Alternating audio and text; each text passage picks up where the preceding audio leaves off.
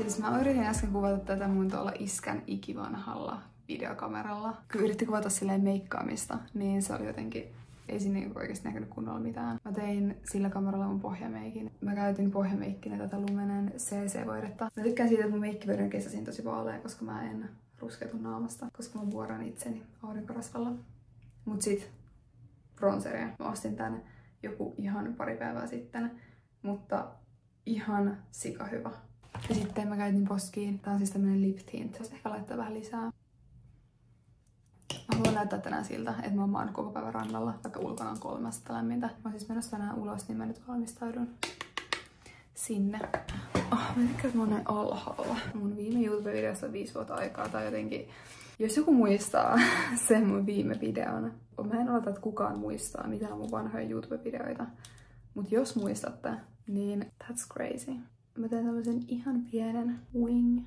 Tämmöisellä niin kuin luomiparilla on niin kiva tehdä näitä, koska jos se menee oikeaan kohtaan, se voisi vaan pyyhkästä sen pois. Niin mitäköhän mä kertoisin teille mun elämästä? Mä muutin Jyväskylään 2022.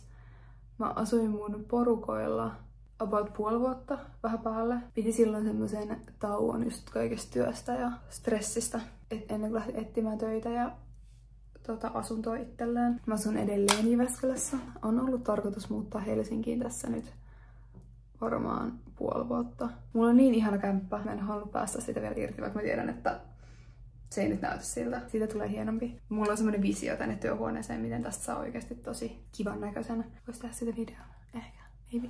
Mulla on aina, jos mä menen ulos, niin mulla on tää äitin pieni Diorin tämmönen rikkinäinen luomiväri-paletti. Siihen kyllä menee kansi päälle, mutta sen aina kun sen avaa, niin se lähtee irti. Ja sitten aina kun mä käyn vessassa, niin mä ja jos mä oon juonut, niin mä teen kaikista parhaimmat meikit. Se on niin kun, mä yleensä aina vessassa meikkaan mun kaikki kaveritkin läpi. Tosi harvoin tulee käytyä ulkona nykyään, niin tänään on vähän tämmönen special case. Mun muuta oikeasti kertaa. Mä toteutin mun lapsuuden haaveen ja aloitin mun oman vaatebrändin. Ja jos menis kertomaan sille Saralle, joka kuvasi silloin 5 vuotta sitten mun leukaleikkausvideo YouTubeen, ja mä haaveilin silloin siis tästä vaatebrändin aloittamisesta, että mitä kaikkea nyt niin kuin viimeisen 5 vuoden aikana on tapahtunut. Tuolla pitäisi miettiä kaikista niin kuin onnistumisista aina, että miettisi, että miltä tuntuisi, jos sulla olisi kerrottu, mitä tulee tapahtumaan joku pari vuotta sitten. Niin se tekee sitä onnistumisesta vielä todellisemman, koska ihan sama mitä hullua ja siistiä käy, niin siihen ajatukseen tottuu. Tai jossain vaiheessa se ei enää tunnu niin isolta ja miettiä, että okei, joo, no mitä seuraavaksi?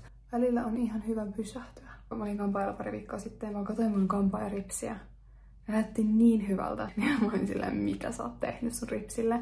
Ja se sanoi, että se käyttää tätä ripsaria. Mä menin heti suoraan siitä kampaajalta ostamaan tämän ripsarin.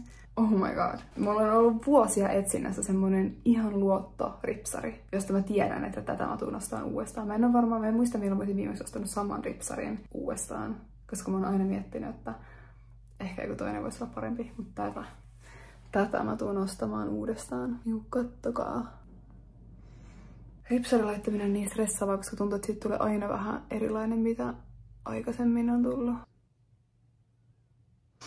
Toivottavasti mulla ei enää mitään räkää nenästä.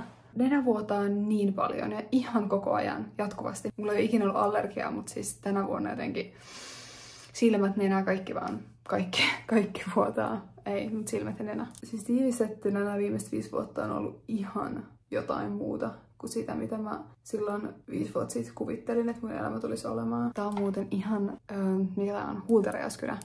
NYXin Nude Truffle. Niin hyvä. Rakastan. Isoin semmoinen opetus, minkä on tajunnut, että jos välttelee tarpeeksi pitkään jotain tilannetta elämässä, eikä suostu ehkä kohtaamaan sitä sellaisena, mitä se oikeasti on, että ei niin kuin suostu hyväksymään sitä, että tämä tilanne ei enää palvele sua millään tavalla, niin jossain vaiheessa tulee tapahtumaan jotain, joka vaan pakottaa sut tajuamaan sen. Ja se voi tuntua siltä, että koko sun elämä vaan murenee sun ympäriltä. Siihen tilalle rakentuu jotain parempaa. Trust me.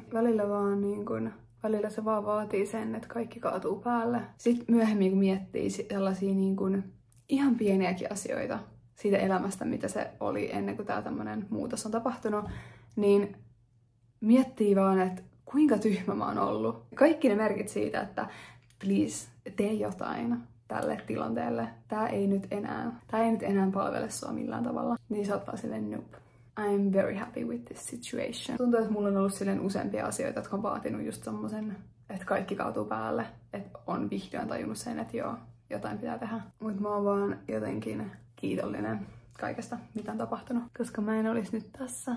Olipas jotenkin tosi deep selitys. Mä oon tosi tyytyväinen siihen, missä mä oon tällä hetkellä elämässä. Mut tuntuu, että mä elin niinku semmosessa jossain ihmekuplassa monta vuotta ja nyt se kupla vihdoin puhjennut kokonaan ja pystyy taas ajattelemaan ja näkemään asiat sellaisena kuin ne on. Ja en tiedä, onko se kupla ollut vähän niinku silleen suojana ympärillä, että ei ole jotenkin halunnut kohdata maailmaa silleen, miten ehkä pitäisi kohdata, en mä tiedä. Mä voisin tehdä tohon tommoset. Meniköhän sen ihan väärään kohtaan? Oota, älä mene mihinkään. Katsotaan, mitä tästä tulee. No joo. Kyllä se, niinku, se jotenkin, sit kun se vielä vetää silleen fiup tuolta. Tässä varmaan jo lähtee. Ihan kuulen alta. Enkä mä tee yhtään, mitä mä laitan päälle. Tää vuoden aika on vielä tämmönen maailman hämmentävin, että mitä tonne pitäisi laittaa päälle. Illalla on niin kylmä. Mun tekisi mieli siis laittaa semmonen nilkkoihin asti toppatakki, koska mä jäädyn. Mä tiedän sen nyt. Meikki on nyt anyway valmis.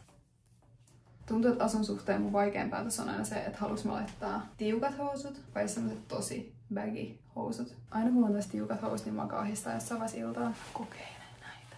No niin tiukat. Okei, vaihtoehto 2. Nämä on mun luottohousut.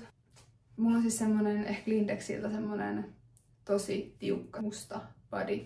Se näyttää niin kivalta tällaisia isojen housujen kanssa, mutta siinä ei ole mitään sellaista kiinnityssysteemiä siellä alhaalla, niin vessassa käynti on ongelma. Valkoinen, maybe. Mä en pitänyt kokeilla tätä, koska mä tiesin, että mä haluan laittaa tän. Mä laitan tän. I don't care, mä laitan sen. Ja ollaan sitten pissalla 5 tuntia. Mä olin vähän Lontoossa ja mä kävin ottaa sinne nämä kynnet. Nää on niin hienot. Melkein unohtu. Oli jotenkin tosi yllättävän helppo kuvata video tälleen 5 vuoden jälkeen. Ja en tiedä, tuleeko kukaan katsomaan tätä videoa, mutta ei se haittaa. Okay.